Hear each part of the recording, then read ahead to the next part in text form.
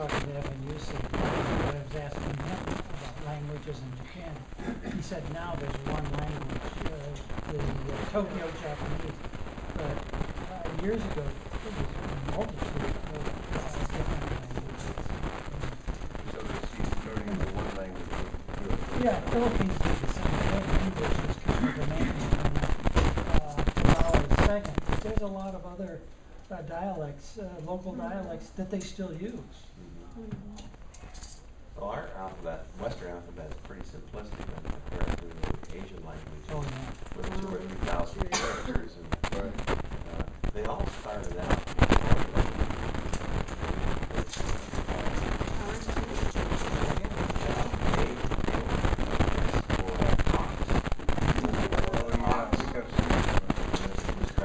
Sideways and became a lowercase a, and a capital A, and B was door, beta, door, and so forth. Some are not too, like a W I think was a snake at one time, or a river. It could be both. A little hard to figure out the origins in all of them. Well, I think learning Well, you could tell us anything, we believe you. Oh, yes. learning a foreign language is tough enough in school, like Spanish, from English or something like that, and I did poorly enough in that. But to imagine trying to learn another language where the alphabet is not the same, and like Japanese, that would be, I don't know where you'd begin.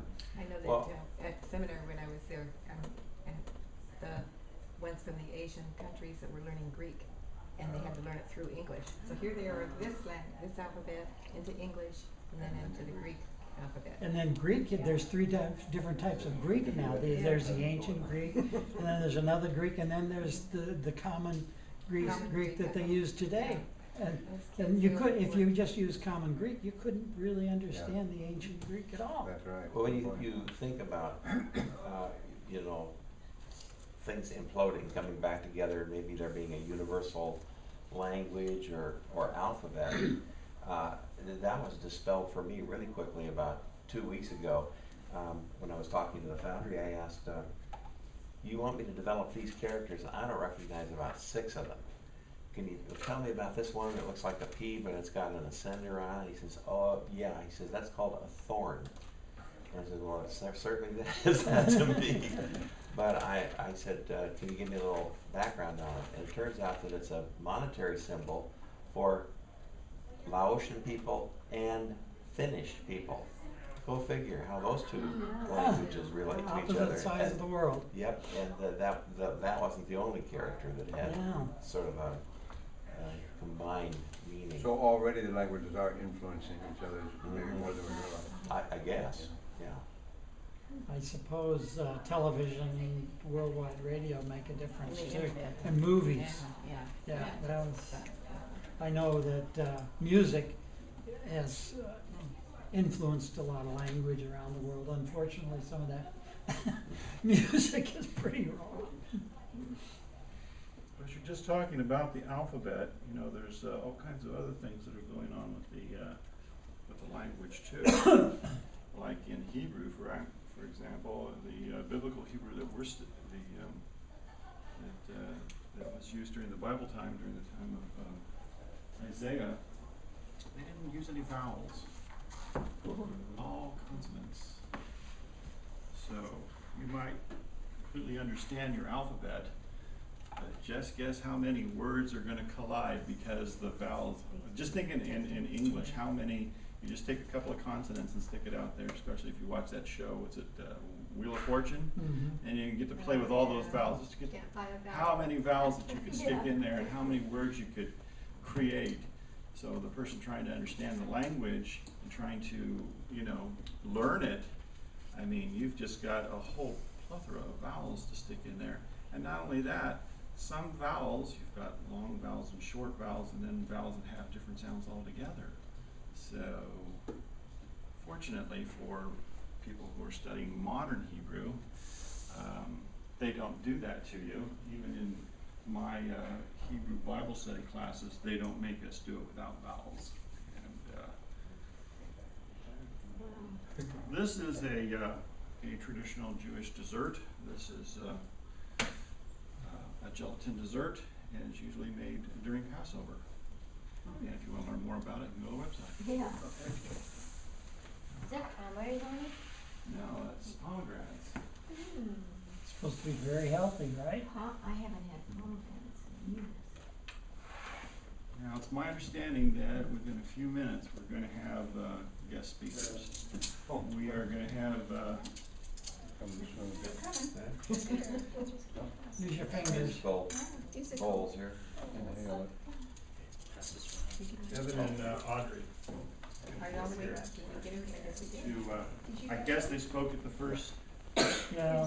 They didn't Brief. speak first, they were commissioned. Peter? One more. Oh, you got that. They're Two gonna, more, one for him. Nathan doesn't get any? He's passing on this. Nathan. Oh, so I'm passing this back. It was Oh, the okay. pomegranates that did it, right? So this will be for John. Next one's. Evan. For Nacho, have extra. this is the gelatin. Jeremy won't like this. It's made though with raw gelatin, so it won't taste like Jello That's more gelatin. slowly. Longevity to it. It's frozen on the bottom. No, it's John. Oh, okay. It might be, because I had to race it, I had to race against the clock to get it cold. No, it's all, Grape? grapes. Very refreshing.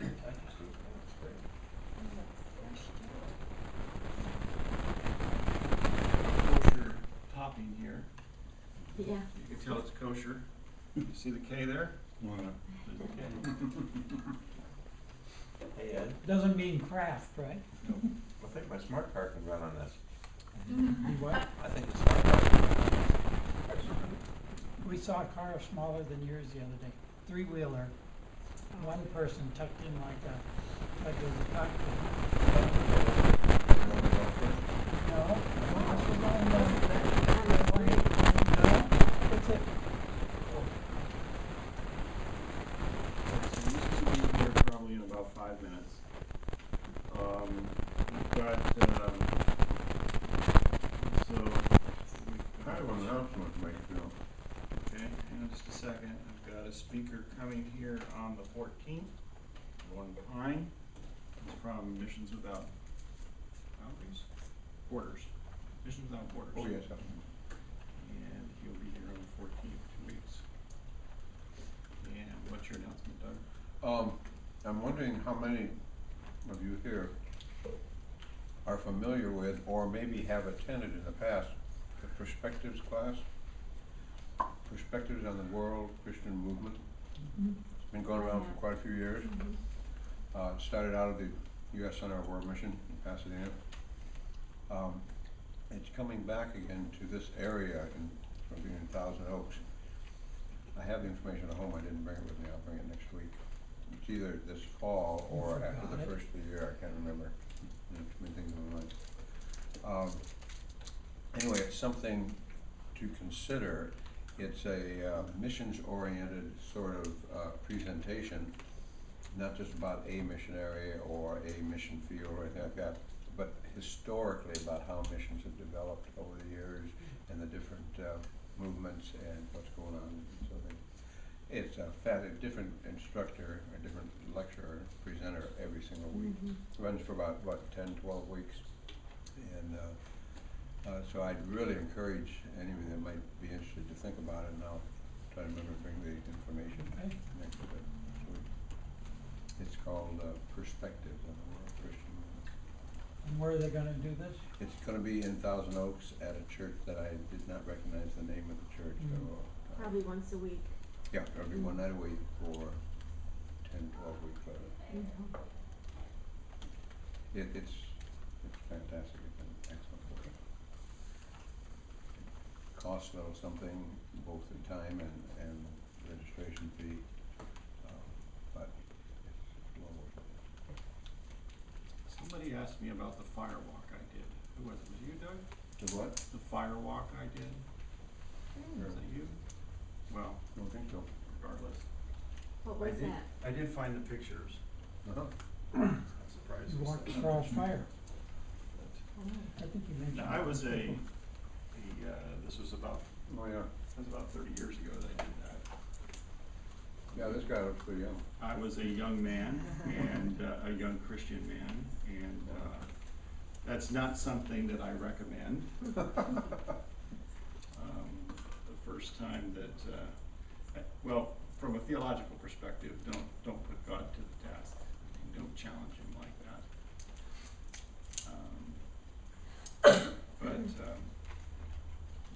The first time that I started walking on it, my first attempt, the way the pit is dug, it's kind of like this, and so you have to walk right down the center. And I stepped on the side, so that caused the coals to shift down like that, and I fell. Oh. And fortunately, I fell away from the fire, but my foot was still in it. So the side of my foot got singed up pretty good. At the second attempt, I had learned my lesson. Okay, why did you do this? Well, you know, it's one of those strange things when someone challenges you, and not quite a dare, but, you know, kind of one of those things. How strong is your faith? You know, how strong is your Sort of an God? Evel Knievel of the fire pit. Yeah, and, well, you know, and being a young man, sometimes, you know, you've got more testosterone than neurons going through you. And so, you know, even though I believe our God can do all things, and those pictures are proof that he can, I just don't think it's not sound theology to put God to the task like that, but anyways. But in a sense, that is what they're doing. It is what it is, yes, They're telling you to exactly, walk on this and not get burned. yeah. Did you find it more of a meditation moment? Well, yeah, it was a very strong meditation moment. Seriously focused.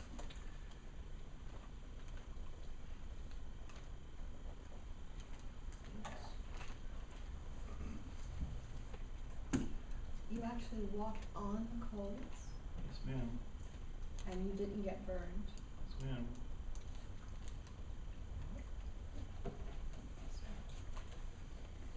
Do you have shoes on? I don't. Was it a fast The walk? only thing that I did in kind of preparation for that was I shaved my legs up to my knees because I didn't want the hair on my legs to catch on fire. And I washed my feet very carefully to get all the lint and everything out because I didn't want that to catch on fire either.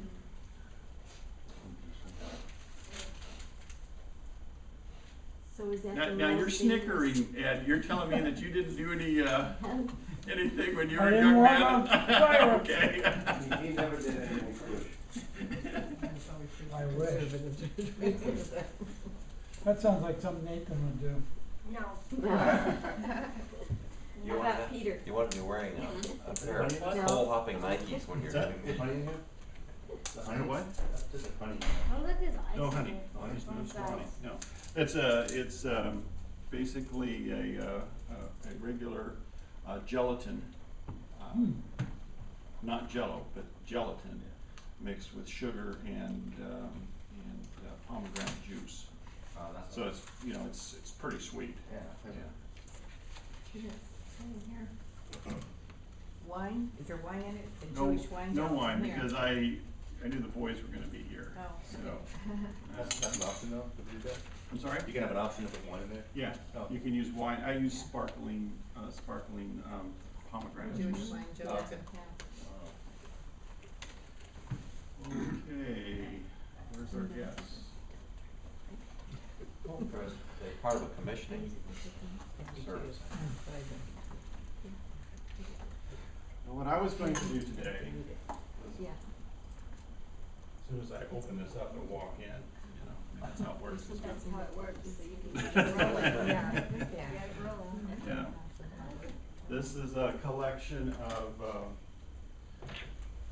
artifacts and statues that are connected to the plagues of Egypt. And each one of these represents one of the plagues. Now, how many plagues were there? 12. Whoa. Each one of these represents one of the 10 plagues. And the number 10 is kind of interesting. There's a whole system of Jewish numerology, part of the Kabbalah study, which you want to stay away from. Yeah. But they believe that the number 10 is a number of completion, not to be confused with the number 7, which is the number of God, God's number. The completion of a thing versus God's completion of an activity.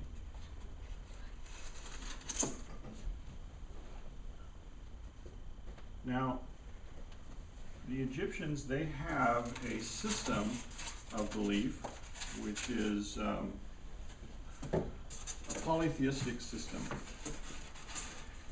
And in their system, they have gods that do a whole variety of things. And some gods overlap other gods. And so when they pray, they can pray to a specific god, or they can pray to a variety of gods, or they can pray in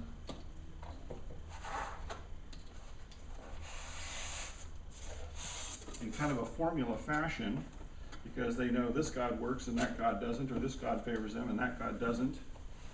And so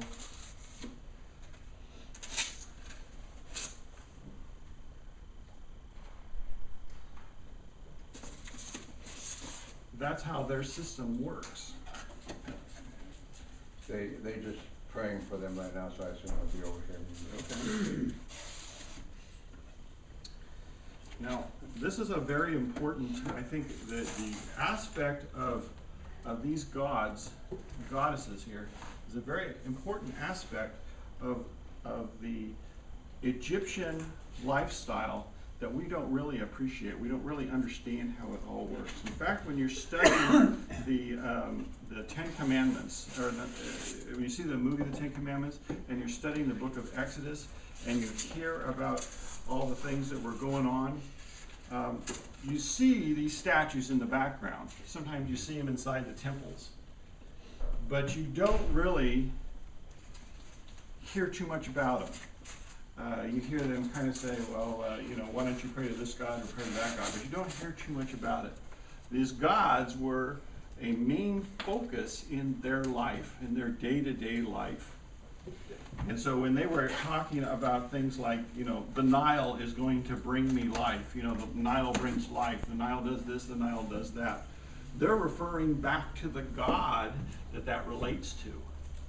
And the God of the Nile would relate to not only just the body of water, but everything that body of water did.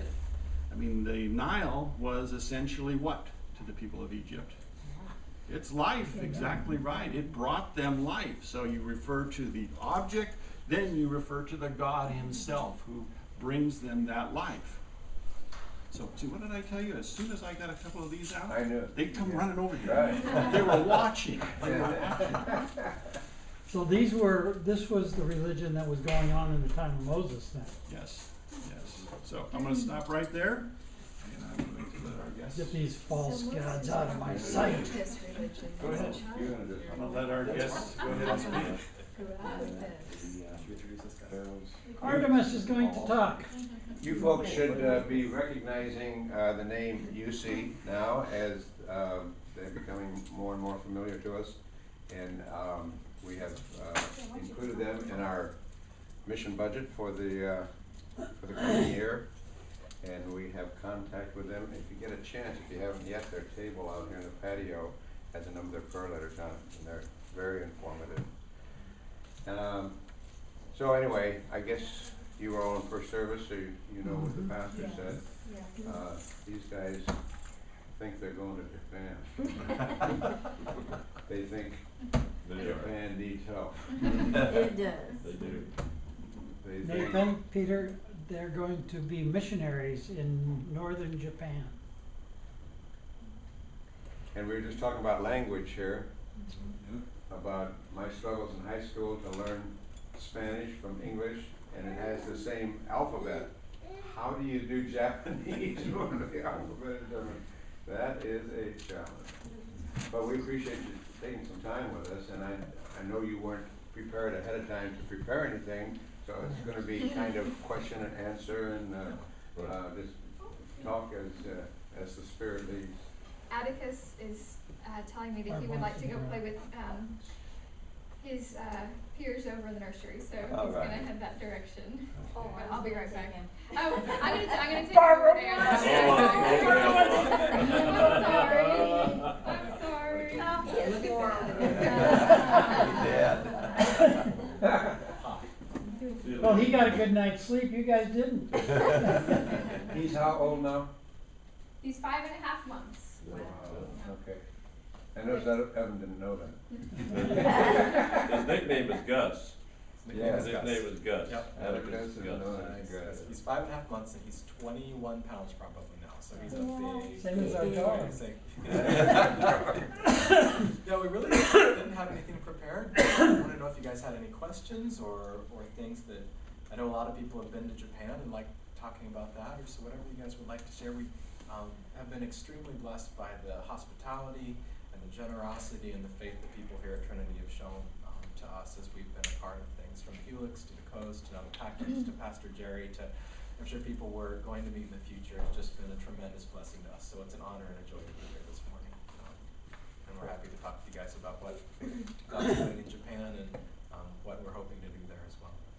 Are you connected up with any small church there yet? Our mission agency works together with 3 other mission agencies, one called Send and one called Team, and then a Swiss mission agency. And they have a church association in Japan that these mission agencies are associated with. It's non-denominational, it's not like a denomination, it's just a loose association of churches who share resources and ideas and these sorts of things. And so we would get connected with one of those churches when we get to Japan. It might be a possibility that we'll get connected with an English language church. There are international churches for people who have, it's much easier for Japanese to come to Christ in the United States than it is for them to come to Christ in Japan. So quite a few Japanese people come to Christ in the United States. I think one person said 30 times more Japanese come to Christ in the United States than come to Christ in Japan. Is that because of their own religious practices over there and influences? And there's a lot of social pressure in Japan. There's experience from your parents and from your friends and from your coworkers and from your landlord and just everyone like that. And so it's very hard to say I want to become a Christian with all that pressure. But when you come to the United States, you have some freedom. You're able to experience the love and acceptance that comes from an American church and enjoy worshiping the Lord and see what it means to really walk with Christ daily and see what that freedom in Christ means. And it's very attractive to Japanese people. Unfortunately, for every 5 Japanese people who profess Christ in the United States, when they go back, 4 of them will leave the church within 5 years because of that same pressure. And that's why Audrey and I feel so strongly that there needs to be a growing movement of churches and people getting established in communities of faith in Japan. So there's some international ones for people who have come to Christ here in the United States and speak English well. Those are mostly in Tokyo though. So mostly what we'll do is they'll just sort of throw us into the deep end in a small Japanese church and we'll try to figure out how to serve people and minister there as best we can as we're sort of going through the process of learning the language. What do they tell you in terms of learning the language, about how long that takes? Do you have a private tutor that helps, or are you in a classroom We'll be in, situation? it's kind of a combination. We'll be in a small classes. So 2 or 3 people, maybe 4, as our language school is growing, of people who are at about the same level of Japanese skill as we are, kind of going through that process with one teacher. We'll go to language school, God willing, for 2 years. 6 hours a day, 5 days a week of language school. Whoa, for 2 years. Very And so they're very nice. serious about as Jerry said, if you want to minister to people deeply, you have to be able to communicate to them in their heart language. Well, you have taken Japanese here though, right? We have. Japanese has taken them. We have Japanese I like university. that. Yeah. We have Japanese university students here in the United States that we've really come to love and appreciate, and they are very patient and gracious Japanese language tutors for us. And we try to study a little bit every week. It's been harder since Gus has been here. And you know, once a week it's easy to forget things. And so we know kind of basic stuff.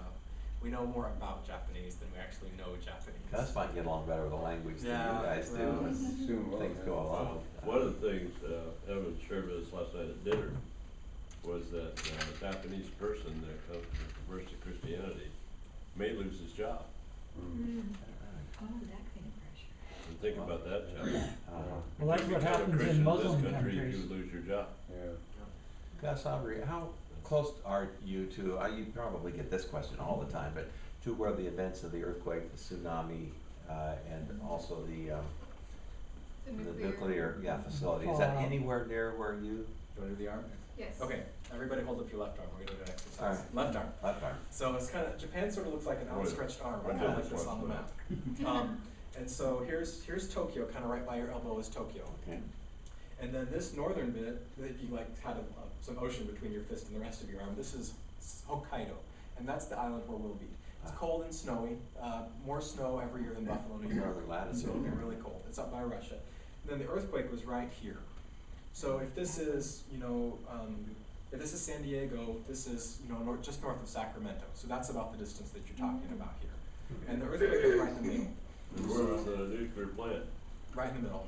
Right there. What You'll about be on the prevailing opposite winds? side of the island, won't you? Yeah, we'll be on the west side, and prevailing Right up winds there. were blowing the radiation eastward.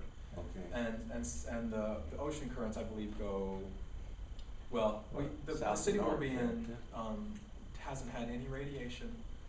It didn't have anybody die or injured by the earthquake. So that makes it a very safe place for us to land in Japan. But it also makes it a very great place to launch relief and recovery efforts from, because all the resources are still there to put together teams and trips down to the earthquake zone to try to serve the people who are still without homes, still without electricity, still without jobs, still mourning the loss of family members, these sorts of things. And so it will be a good place to do The recovery. snow all melts this winter, you better check for radiation. About what latitude would that equate to over on the North American continent? Would you have Canada to- border? about- Canada border? Canada border. Canada, okay, up to Seattle, Vancouver. Yeah. But Minneapolis? snowier because the wind kind of comes out of the north and just sort of drops all the snow on some. Well, it Off goes over the Sea of Siberia? Japan. And Yeah, comes out of Siberia, goes over the ocean, and just drops snow right on. Probably more like North Dakota, Yeah. wintertime. Wonderful place to live. How did you happen to choose that area? Our mission agency was started as the China Inland Mission by a guy named Hudson Taylor, who some people who know Sure. mission history have heard of. And he got to China and realized that all the missionaries were right on the coast of China. Because that was the first place that you got to in China. It was the easiest, they had the most support. But he had a vision for what about these millions, now billions of people in the interior of China who have never had a chance to hear the gospel because all the missionaries are on the coast, the easy place to get to. So he moved inland and started the China Inland Mission. And so now OMF is what it's called. When OMF got to Japan, it looked at the same thing. A lot of the missionaries in Japan were in the southern part of Japan because that's the easiest to get to by ship from Europe. That's where most of the big businesses are. That's where most of the American companies are. And so they saw we should go to the north. That's where there hasn't been as much church planting activity, not as much gospel witness. So they put their headquarters in a language school way up north in Sapporo, Japan. And so that's why we'll be up there to start. And they're really focusing their energies on Tokyo and then north of Tokyo in Japan is kind of where our ministry will be. We're not sure exactly where in that range we'll be, but that's how we ended up in Sapporo. What about housing over there, Evan? Do you live in like an apartment situation or? We'll live in a very small apartment. House on stilts or? when we first get there, the language school has an apartment for transitioning missionaries, so we'll have a place to park our bags for 2 or 3 weeks while we look for an apartment, and then we'll Probably be in someplace about, 500 square feet, 600 square feet? Whoa. Everything that I've heard is, everything is very Everything small. is very small. But our Japanese friends say it's great because you can wake up in the morning, you can take a shower and cook your eggs all at the same time. You don't even have to get out of bed. It's just right there, so. Take Steve's cooking unit, you know, with the shower right next to it. I was reading recently that what they're concerned about now is that a lot of this fallout is falling on where the crops are grown.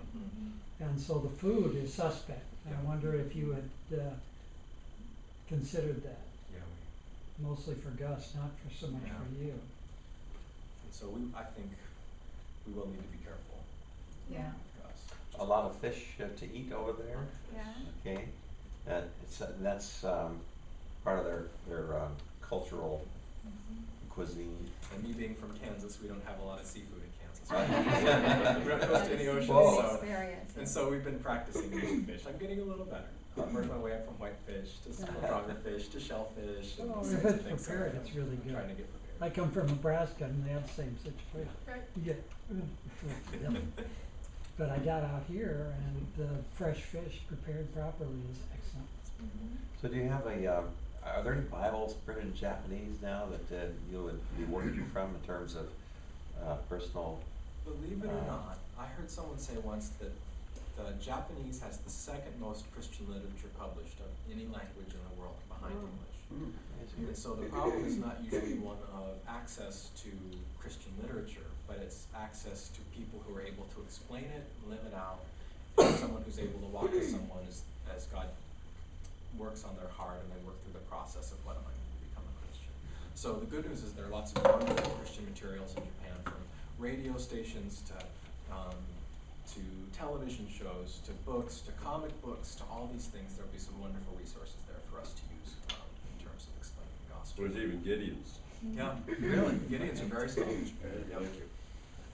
Well, it would seem to me that because of the pressures that society puts on them with regard to their own beliefs, their own kinds of faith, that a experienced Christian, a mature Christian, to come alongside of new believers would be extremely important for long-term solidifying their faith in terms of what they learn.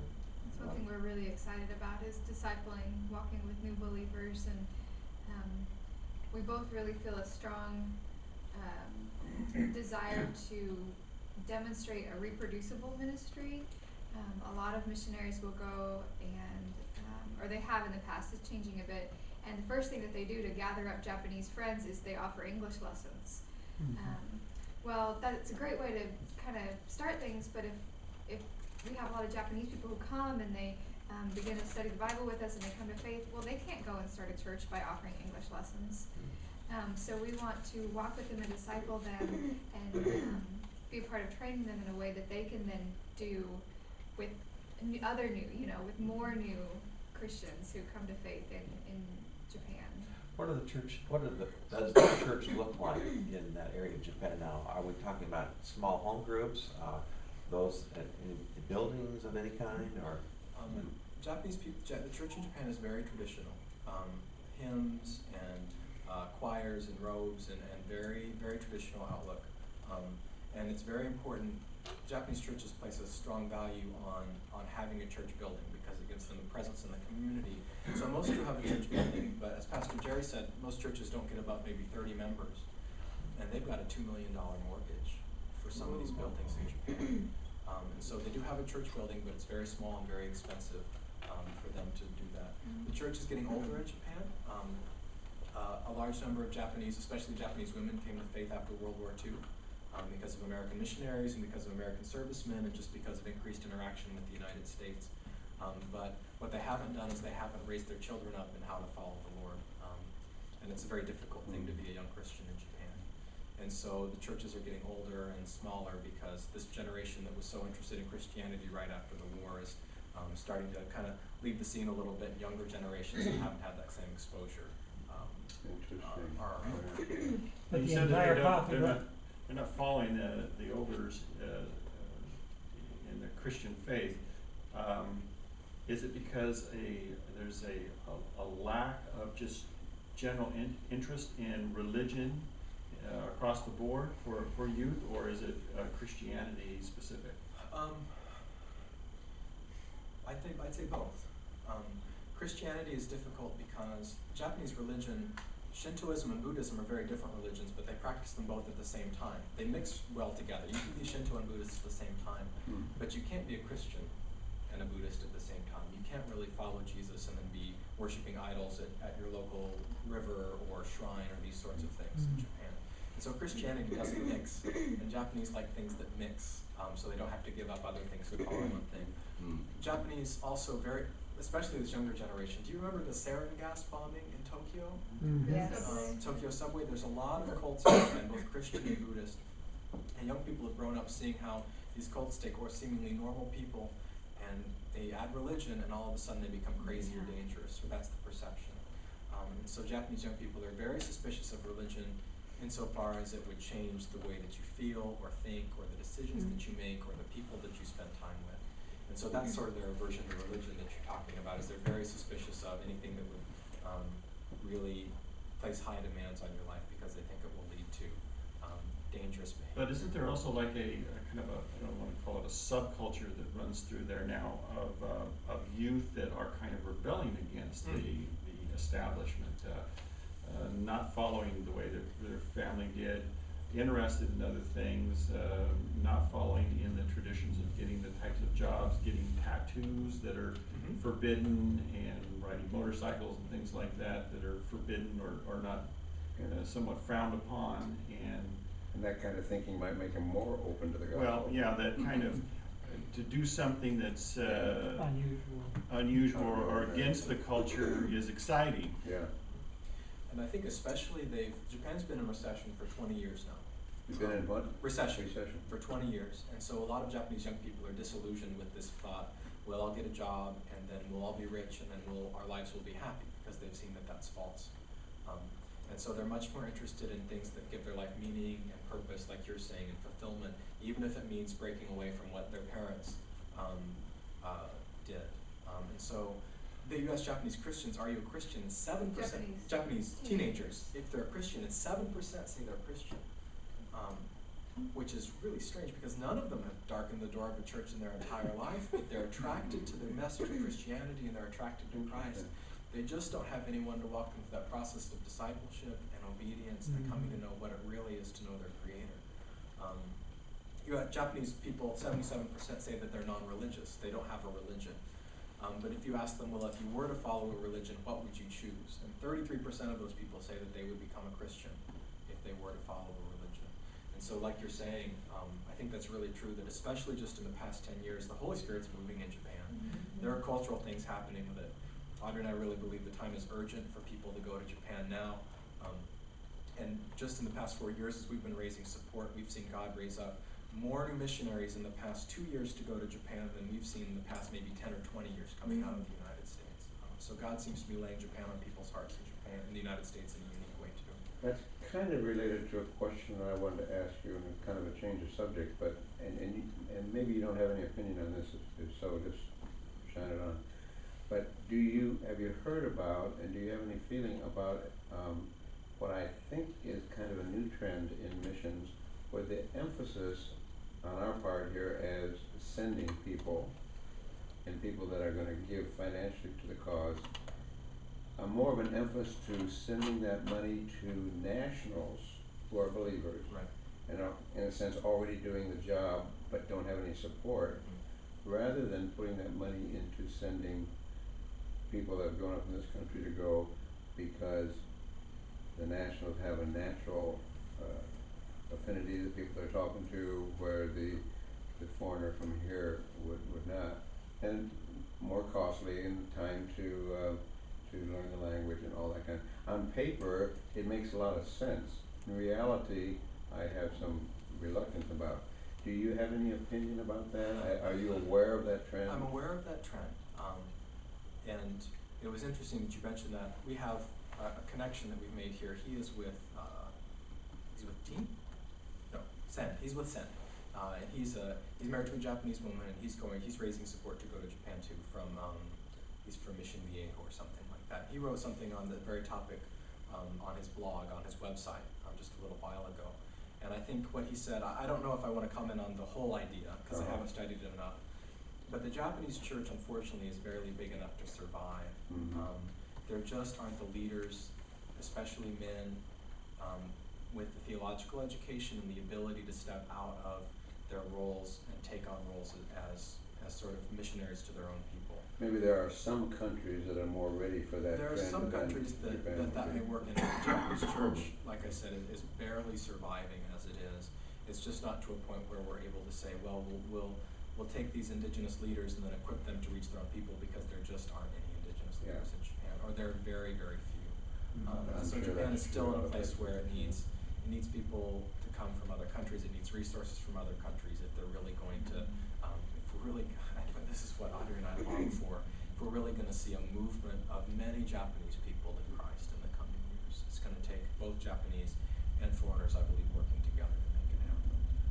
So it's kind of a both-and thing. I Sure, think. makes sense. Well, one thing that kind of appealed to me about this idea of training missionaries, when we were living in the mountains, one of our church members up there had established, I think it was under the Campus Crusade for Christ banner, about a lot of seminaries in in Southeast Asia. And he would go and return to the seminaries. He didn't do direct missionary work with the nationals, but in terms of the seminaries that were going, he was a good leader for those. And it seems to be like out of that kind of a context, a number of young men and women from the culture could be trained. Is any of that going on now in Japan, or? There's not. Seminary is a real problem in Japan right now. The old model of church planting in Japan was that a missionary would go into a city or a neighborhood, start a Bible study, get maybe 10 people together, start to grow. They'd become a church, and then the church would get to maybe 20 or 30 people. They'd save up $1.5 or $2 million, buy a building, and then they'd write to a Japanese seminary and say, this is our church, this is what we believe, this is where we are, would you please send us a pastor? But there are so few men graduating from Japanese seminaries now that can take over these pastoral roles that model just doesn't work anymore. There are very few seminaries in Japan that are, there's just very few. So there's fewer now than there used to be. Fewer now than there used to be. Japanese, it's funny, Japanese, it's very important to know where you fit in Japanese society. But, you know, you hand the business card and you study it carefully, because that shows your university and your company and your title, and that tells you how to relate to a person. And it's very important, because you need to know what, you don't say just you to everybody. There's a special you for people who are more powerful than you, and another you for people who are less powerful than you, and another you for kids. And you need to know all this stuff. But pastors, because they're not Buddhist priests, and they didn't go to a secular university, they don't fit in this, and so they're sort of off to the side. And becoming a pastor in a Japanese context is about the lowest of the low on the social status that you could get. And so it's very difficult. The churches are small and have a hard time supporting pastors. Some Japanese pastors are actually pastoring 4 or 5 churches at a time, sometimes separated by more than an hour between all of them. And so there are very few, the Japanese, sorry to go on and on. I was talking to a Japanese pastor who was here, and he said, so what kind of ministry are you going to do in Sapporo? Because he was from Sapporo. He said, well, I don't know, what do you need in Sapporo? And he said, we need leaders. And so that's why you talk about discipleship. That's why Audrey and I are so excited about discipleship, is because there's really this desperate need for people to take leadership positions in the church, be able to reach their neighbors and encourage those around them in the churches. You know, I read the 2 books that you left with us, and the government controls so much of the business, and so people are so into what the government says, and they're not really that open to stepping out of where they're supposed to be, right? So it's your hope that you'll get close enough to them that they will open up, which is not really what they usually do. Right. To some degree, being foreign will help with that, Good. because they won't feel the social obligation that they might feel talking to another Japanese person. They won't think that we expect certain things of them. So there may be a degree to which they will be more open with us. And that's been a prayer in my heart for a while now, is that, Lord, help me to lead such a transparent and honest life with my new Japanese friends that they understand that they can lead a transparent and honest life with me as well. Mhm. So yeah, we will be at somewhat of an advantage in that respect. Could you bring us from where this all kind of started? Were you in high school when you became Christians, and what led you up to this point in your lives? And then along with that, where did you meet? How'd you guys meet? That's a good story. You want to tell our story? Yes. Okay, you can tell it. Well, I'll tell my part of it, and then you can take over from it. Okay. I felt called to missions when I was in 8th grade. I was at a summer youth camp, and the preacher got up and he'd given the gospel presentation the night before, and the final night he was calling people to ministry. And he wasn't talking about missions at all. He was talking about, leading a prayer ministry at your high school, or leading worship at your youth group, or thinking about going to Bible college when you got out of high school, these sorts of things. But I remember the Lord speaking to me as clearly as I've ever heard before since, that he was calling me to commit my life to missions. So that's the very beginning of that for me. Actually, I won't tell a funny story before that, but that's kind of how I got started. But Audrey? I grew up in a sort of liberal-leaning Protestant church, and did not come to faith until you didn't talk about how you came to faith. Oh. I did not come to faith until I was in middle school and got involved in a church partnering ministry called Kansas City Youth for Christ. And that's where I heard the gospel and came to surrender my life to the Lord.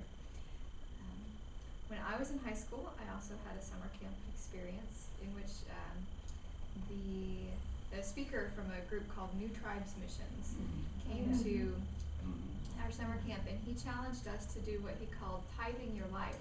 And what he meant by that is when you graduate from high school, you're about 18 years old, and he suggested going overseas for 2 years until you're 20. So by the time you're 20, 10%, 2 years of your life would have been tithed to overseas ministry.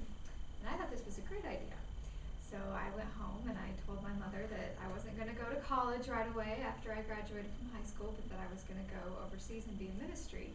And she told me that I was going to go to college after I graduated from high school. And so I did. And Mom I is did always go to right. college, right?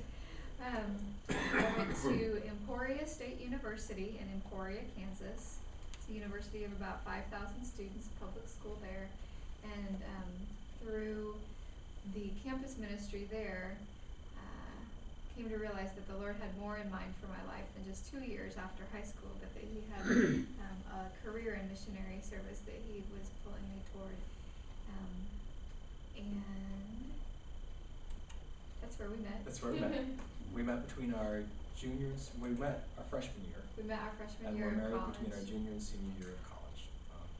Friends for 1 year, dating for 1 year, engaged for 1 year, married for 1 year of college. It was very, very rich. You've only been married for 1 year. For our last year of college, we just celebrated our 9th wedding anniversary. And we were both feeling this call to mission, and we believed that that's what God had for our lives as a couple. We didn't know where, and so we went to seminary. Well, we knew we wanted to go to an unreached people group. Right.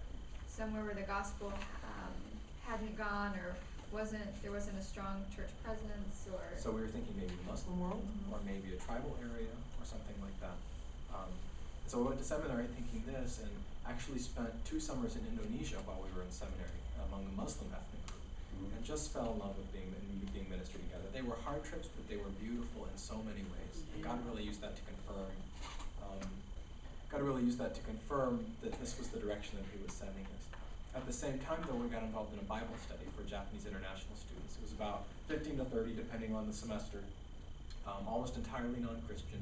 Bible study was entirely in Japanese, so we had to sit over in the English corner where one of the missionary kids from Japan could translate for us, and just fell in love with the people, fell in love with the questions they were asking, had our heart broken by the spiritual condition and the need, were really just overwhelmed by the opportunities that we saw for ministry in Japan. And so we visited for 10 days, visited with OMF, our mission agency, the mission agency that Jerry was just recently the chairman of the board of directors for. And after we got back from that 10-day trip, prayed about it, not long, it didn't take us long, prayed about it a couple days and decided that this is what God had for us. And so we applied and were accepted in 2007. and spent the last 4 years trying to get to a point where we're ready financially and in terms of prayer support to be ready to coach. Now, when you got out, you graduated from Emporia State, did you go to Bible school then, or seminary? Seminary. Went to seminary. So we got our bachelor's Or was degrees, that down south somewhere? South Carolina, Columbia, South Oh, Carolina. yeah, Columbia, that's right, I mean. And he got his Master of Divinity degree, and I got a certificate in biblical studies. It's the first 30 hours of the master's degree. But I worked full-time at our church while we were in seminary, and I took classes on evenings and weekends. We had some classes together too. That's right. I don't think I ever got a better grade than you did. She's the scholar? I like to send her to classes I was going to take ahead of her. Yeah. I would have a good reputation with the professor when I got there. Oh, Davies. Can you bring us up to date on your financial support, where you stand? Last I heard you were at 76, 79%, something like that. We're still at 78. We're at 78.3 or something like that, 78.9. I think we're at Well, 79. We're at 79 now. And how many pennies? We can tell you. We're very close track. And I don't think they've received or got credit yet for our Easter offering that we sent, so. We need to look into that. Yeah, I'm sure you got that We'll on have a your. call. Well, I don't know how you count that, because what your 79% is your monthly need when you're on the field. So a one-time gift, how do you figure that into that? That will be averaged over our first term. Yes. So they'd split that monthly over I that see. first 5 years. Okay. We need to be at 100% to go for 5 years. And we've got a ways to go before our deadline, August 31st. That's the end. August 31st is the end of all our support raising. August 31st. August 31st. August. 1 month. That's 1 month. Yeah. But if we can get to maybe, 85%, we should be able to go for 3 years. And what that'll mean is we'll go for 3 years, and then we'll come back, and then we'll try to raise the rest of our support to go back later.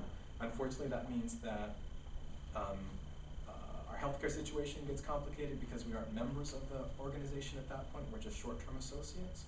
It also means we only get 1 year of language school. Our costs are lower as associates, but the reason our costs are lower is because we only get 1 year of language school instead of 2 years of language school. So if for 3 years is how God chooses to send us, we'll still be thrilled. We'll still be eager to see what He's going to do and jump in with both feet, try to minister as best we can, and learn the language as best we can. Can you put a dollar figure that's necessary on a monthly basis? $1,800 a month? Oh, More? more. Oh, we need a total of $7,500 a month to be able to go. Okay. And so I think, we need about $1,800 a month more. It wasn't nearly so high when we started, but because the dollar has been so devalued recently, we're hopeful that as the U.S. economy starts to strengthen and the Japanese economy starts to strengthen, actually that helps us. Both of those help us. And so it may adjust a little bit, but that probably won't be for some time. Well, if our Congress keeps their head in the sand, we'll probably. Okay, John.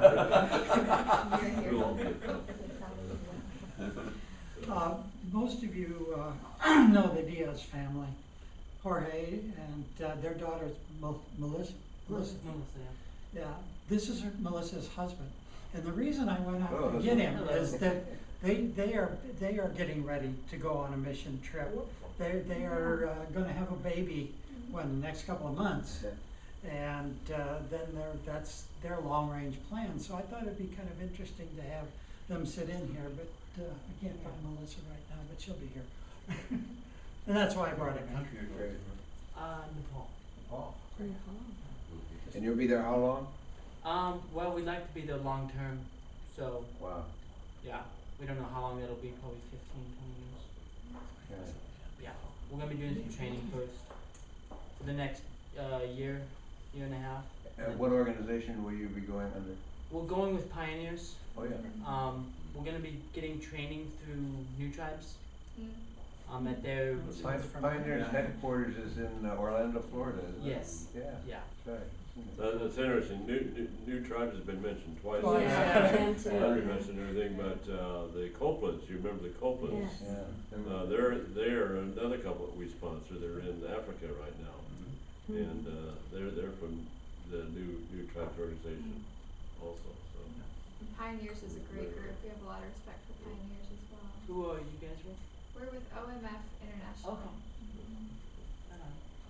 So it's pretty exciting for us to have you guys, because we see a great future. And we see the growth of Christianity in you guys, and it's wonderful to be associated with you and be able to help you a little bit along your way.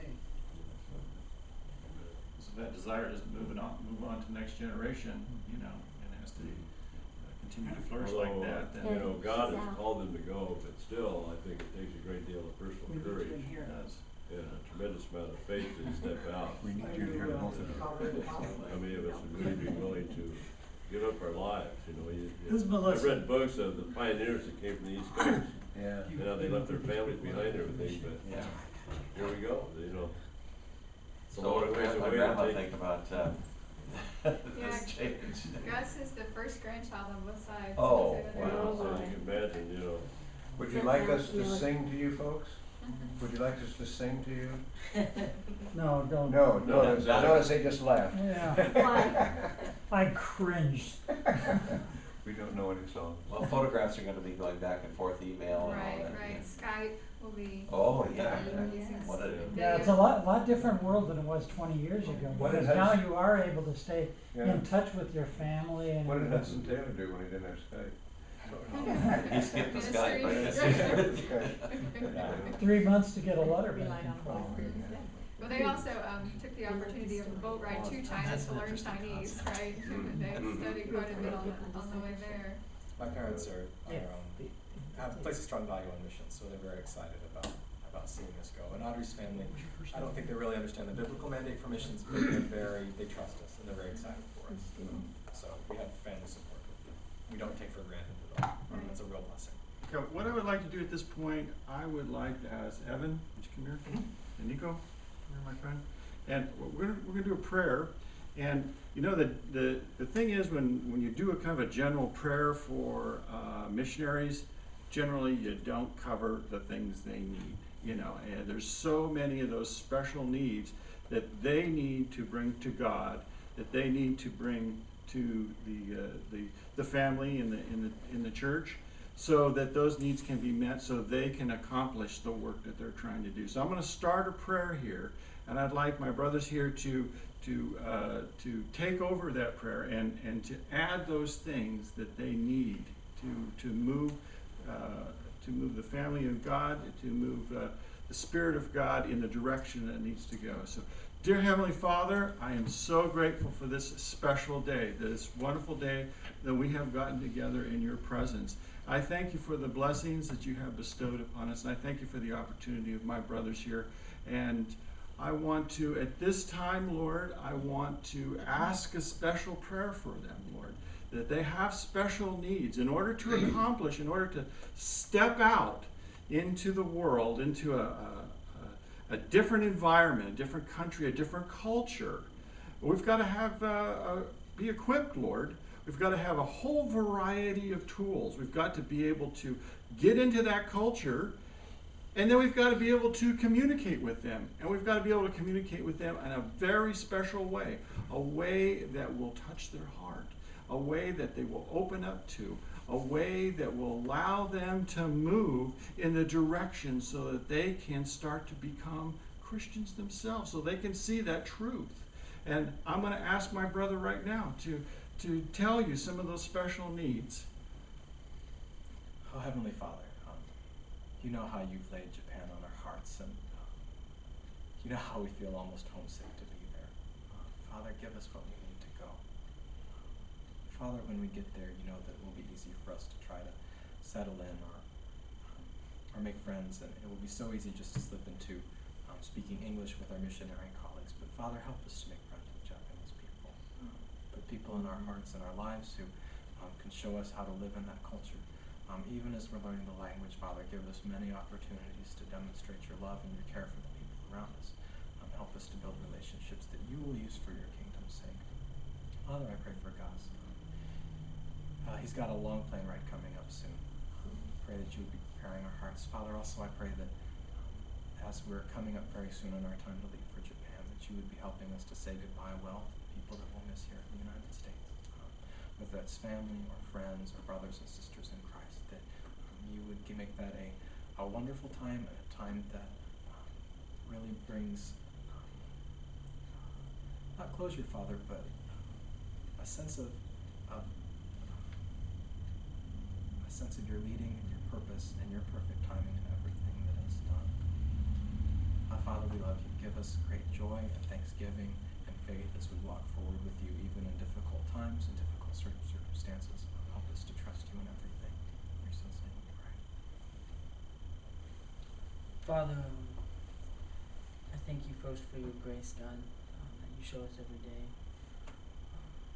Lord, I pray that we would keep your gospel and the cross the main focus for us as we prepare to go overseas and to go to Nepal. God, I pray that we wouldn't get caught up in other things, God, but that we would just be in love with you. Father, I pray that we would cling closely to the hope that we have in you, and that we would remember that this is not our home. God, Lord, thank you for including us in your mission. Thank you for using us to reach the nations. God, it is a privilege to be able to carry your message. Lord, we are such imperfect people to be doing this, God. Lord, I pray as we prepare to go to Nepal, I just pray that we would learn everything we need to learn to be effective for you. God, I pray that we would trust you. I pray as we go through training that we would not become prideful in our knowledge, but that we would continue to rely on you for everything, for the words that we speak. And Lord, I pray for when we do go to Nepal, when we get there, God, that we would be bold witnesses for you. Lord, help us not to be intimidated by whatever there is that Satan would bring to try and slow us down or to stand back. Yeah, Lord, please give us guidance as to where we should go when we're over there. God, help us as we learn the language. I pray that we would have patience as we do that, Lord. And then once we get through that stage, Lord, I just pray that you would guide us as to where you would have us go and who you would have us witness to. Lord, I pray especially for the government in Nepal. Lord, as they try and pass this law against conversion and against witnessing, and Lord, I pray that you would just soften the hurts of the political leaders there, God. Lord, please make an opening for us there, and Lord, be at work in the people there, and yeah, God, just start a movement there, and just God, may your glory come in that country. Dear Lord, you have heard from these two men's hearts. They have spoke what they need, what they're anticipating, what's going on in their lives right now. And I would like to take those things, Lord, and I'd like to raise them on high to you. I'd like you to bless those things, Lord. I'd like you to intervene on those things, Lord. I'd like you to touch those things, Lord. And I'd like you to manifest whatever needs to be done for them to glorify you, Lord, because that is their goal. I ask you to continue to bless them, to extend your blessing over them, to guide them and protect them and their families during this trip, and to show them the way, Lord. Glorify what you want done. And I ask this all in Christ's name. Amen. Amen. Thank you, everyone. Pray for those babies too. Yeah. You can contact Babies me on my website. don't know what they're getting into. Post, is she expecting? Yes. Oh, no. Well, definitely. Oh. Oh, the eye. Yeah. I thought maybe there's The a- casters aren't working. What's this right So Steve, what are the different places here? Oh, Or do you want to say? I'll do it next time, because I got all 10 of them. All right. I only Oh, got yeah. 4 out there. Yeah, bring back, Steve, that's. Melinda, what do you do? When October Seth is, 14th. Okay, make it 1 week later, do on my birthday. Oh. And Damien Medward, Yeah. Think We'll put that on our calendar. You know, it's a very I Hispanic went name. on, Paris Crusade, and I went to school. Which one? Did you? How long ago was that? Okay, Yeah. okay. And we, Oh, really? Well, pick up one of our cards. Oh, good. they have so much Campus Crusade. Oh, they do. Oh, they're great. You know, I'm gonna mention the name of Roy Rosedale. Oh, yeah, maybe we've asked His that before. wife was my sister's roommate at Pacific Eleanor. College. Eleanor was Word. my You're kidding. my It's a sister's small roommate, boy. yeah. Yeah. Roy and Eleanor Rosedale. Yeah. Yeah. Is he still active? Is he still traveling? That's what I thought. Well, it turned out to be quite. What master? Yeah. Part-time. Yeah. Okay. But, Never know where you're going with so the yeah. water. active, always a smile on his Then where you face. guys are. Thank you, Very, Steve. A lot of enthusiastic Sure, about my brother, anytime. traditions One and, fair, uh, everything. kept You bet. everybody probably And, aware of thank you, John, for coordinating I all this. don't guess, Oh, no but it problem. seemed to me like we had, there were about 20 to 22 seminaries. Gonna bring these back next week? Yeah, He had Good, started good. I wanted over there to, doing like to learn accessories. something. I wanted to do this, I had to pray about this And, because, these He are was the legendary exact for the things he would things eat, that make you God know. really angry. Oh, he'd eat Yeah. anything. Oh, yeah, I don't know how the guy, Yeah. how his Prayer stomach came back, lasted. Yeah. that prayer came Uh, back he pretty always quick. seemed to be in Keep him out good of my health. sight. Maybe he didn't Yeah. say much about it. Yeah, I don't think she Thanks was. so much. She was Thanks so not, much. no, Well, it's coming. Thank you. no. That's a good one. Oh, I got one pretty well. How'd you enjoy it? We had a run Good, one time. thank Did you? Well, she was very vocal. Yeah. And sometimes at funny times, a little eccentric. I think Yeah. that's I love her business. Yeah. One of our tenants Served on said that, we they did a committee to get buildings So, over when to you try. I know. Church of the Woods. The Rosedale, and they still do. And So that's they needed some kind of a fire So January will be done next, right? motto or something catchy to Yes. get people's attention about what we're trying to accomplish with our new building program. We purchased about 38 acres. And so I came up with a theme that most people liked. That was Fire on the Mountain was the name of it. But that's what happens Well, with babies, you know. when the pastor announced that in church, there was this big gasp and I a, know. oh no! In the back of the auditorium, elder. And I got a call from one of our, the elder, Where and did you saying, guys go? did you rethink that motto? And I said, know that they met a well, couple there. it's bothersome to some people, and I know there's You one knew boy, it so, was, yeah.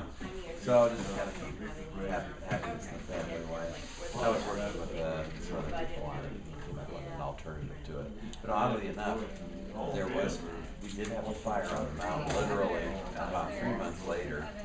And there was a youth organization up on the rim that had a Bible camp. That was called, their theme was Fire on the Mountain. Oh, So I thought, well, somebody's going along with yeah. this. Yeah. Anyway. Yes, Christian should understand that. So, Yeah.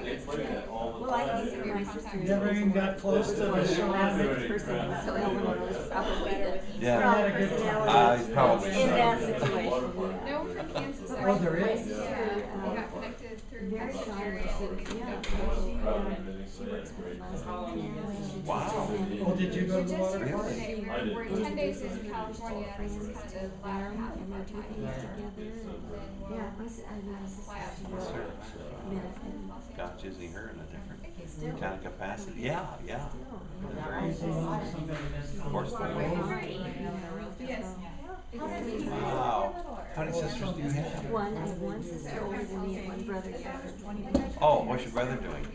My poor brother is Parkinson's, he's the one that has been there, they did the deep brain stimulation. Barbara's. Yeah. He's had 2 different surgeries. And is that, It worked for a while, but now he's doing his plaque. oh, So I now No, have to go no, in it's a there, totally because they different thing. put wire and something from his left side, and his right side, They just and have just a make mutual it friend. seminary, that surgery. So then I have to go tweak it, I don't know. the reason I asked about that was about the surgery was that the fellow who bought our house in the mountains We don't need it. produces, manufactures I have no brain appointments this surgery, or afternoon. surgery instruments I know for we're that sort going. of thing, and he was Oh, trying to yeah. describe this to me. Boy, you're lost me, this, but it sounds wonderful. But my brother, I said, I just respect you so much for doing this. He I says, try it. what are my options? Yeah. What are my options? Yeah. So he's willing, Good point you know, there. to go through it, you know. Yeah, then you, right, all their gabbing, they do You know, a the lot of Christian gabbing. love is so wonderful, isn't it? I took this perspective class. Oh, did you? Oh, it reminds me Uh-huh. of this guy 50 years ago. Yeah. It's The coming back missionary down. speakers that come, and then you just get an idea of all that's happening in the world. You know, and a lot of Oh, well, let's wonderful see what he things. did there. I don't know if I go to Thousand Oaks. Wonder and why do they it named again. it The perspective. club head was open. Is that to give people See that, you get it right over. If I started worrying about all that, I would go nuts. And, well, of course, I'd play probably better golf.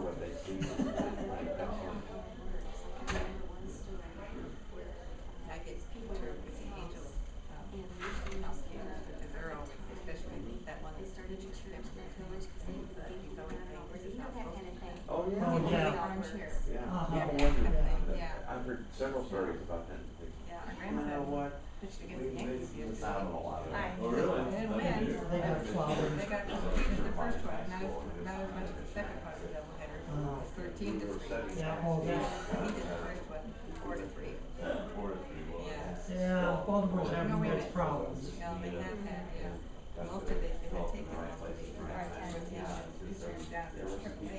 They just told Chris the night before, for him to fly in real quick and get over there for the game. He was at another city. Yeah, working here.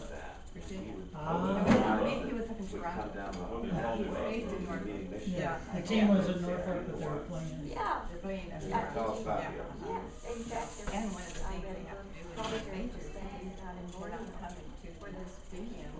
looking at true answer. So I don't know what he bought did. But there's other. He bought a ticket. Yeah. A lot of good. Good stuff. Anyway, it was a. So what's gonna happen with the Dodgers? That's what I'm Oh, concerned. God. We got an idiot